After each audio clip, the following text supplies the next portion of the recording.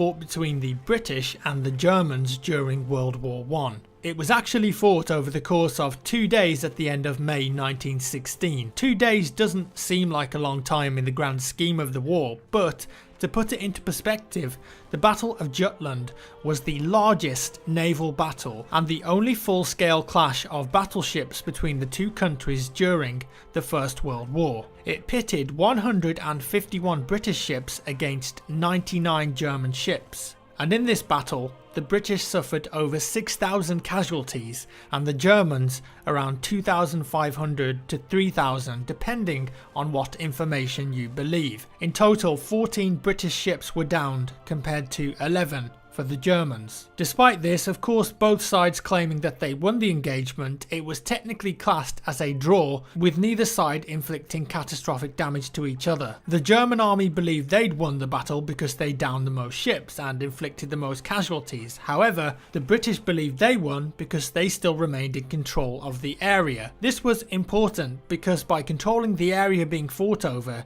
it allowed them to implement a blockade, and through this blockade they could control maritime traffic through the area and, as such, help to starve Berlin, Hamburg and other important German cities. This control of the North Sea would contribute to Germany's eventual defeat in 1918, and after all that's said and done, the German Navy made no attempt to regain control of the area during the First World War after the Battle of Jutland. Now, the blockade of naval traffic was only possible thanks to the overwhelming power of the British Navy. In fact, France, Russia and many other countries had a fantastic land-based army, but the British were known for their navy, and immediately on the outbreak of war in August 1914, the British established a naval blockade of Germany. A comprehensive list of contraband made sure that nothing would get through unchecked. Even food was considered contraband, and while it certainly was effective of starving Germany of supplies, it did cause problems for the Allies, including America. Without this blockade though, the war could have gone on for far longer than it did. What's interesting about the Battle of Jutland is where the battle actually took place, off the coast of Denmark, around 60 miles to the west of Tiburon. Why that's interesting is that Denmark was actually neutral in the war, a bystander if you will. It feared its proximity to both Germany and Britain, and so in 1914 they declared neutrality. Unfortunately though, war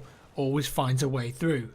Of the 151 British ships, 28 were battleships, 9 were battle cruisers, 8 were armoured cruisers, 26 were light cruisers and 78 of them were destroyers. Battleships carried the heaviest guns and thickest armour, and while they were very well protected from gunfire, they had relatively low speed due to their size, and this made them vulnerable to torpedo attacks.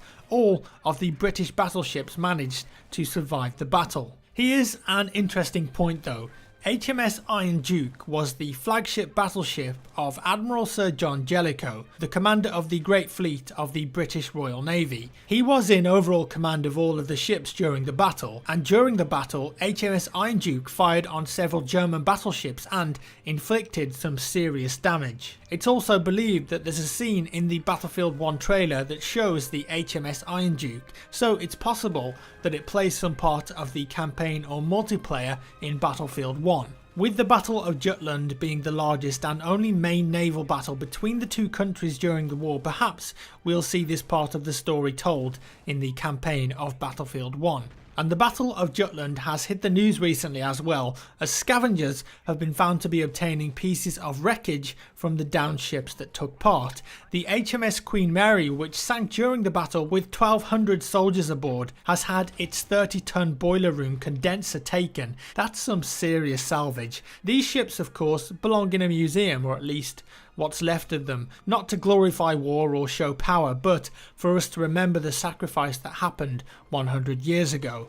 Now, wrapping things up, before we go, I have to mention a man, or let's say a boy, by the name of Jack Cornwell, otherwise known as Jutland Jack. Born in 1900 and died in 1916. Yes, at the age of 16, Jack fought for the British on the HMS Chester in the Battle of Jutland. His role was to man a 5.5-inch gun as the sight setter. Unfortunately, The HMS Chester he was serving on came under fire by 4 Imperial German cruisers, and most of the crew manning the guns were killed, including Jack's team around him lying dead or dying with lost limbs. Jack, however, survived the initial assault and remained at his post on the gun for 15 minutes despite being injured with severe shrapnel wounds to his upper body. Eventually the Chester lost all but one of its guns and most of its deck crew, and as such had to retreat and retire from battle. Now when medics boarded the ship, Jack was quickly transferred to Grimsby General Hospital, but sadly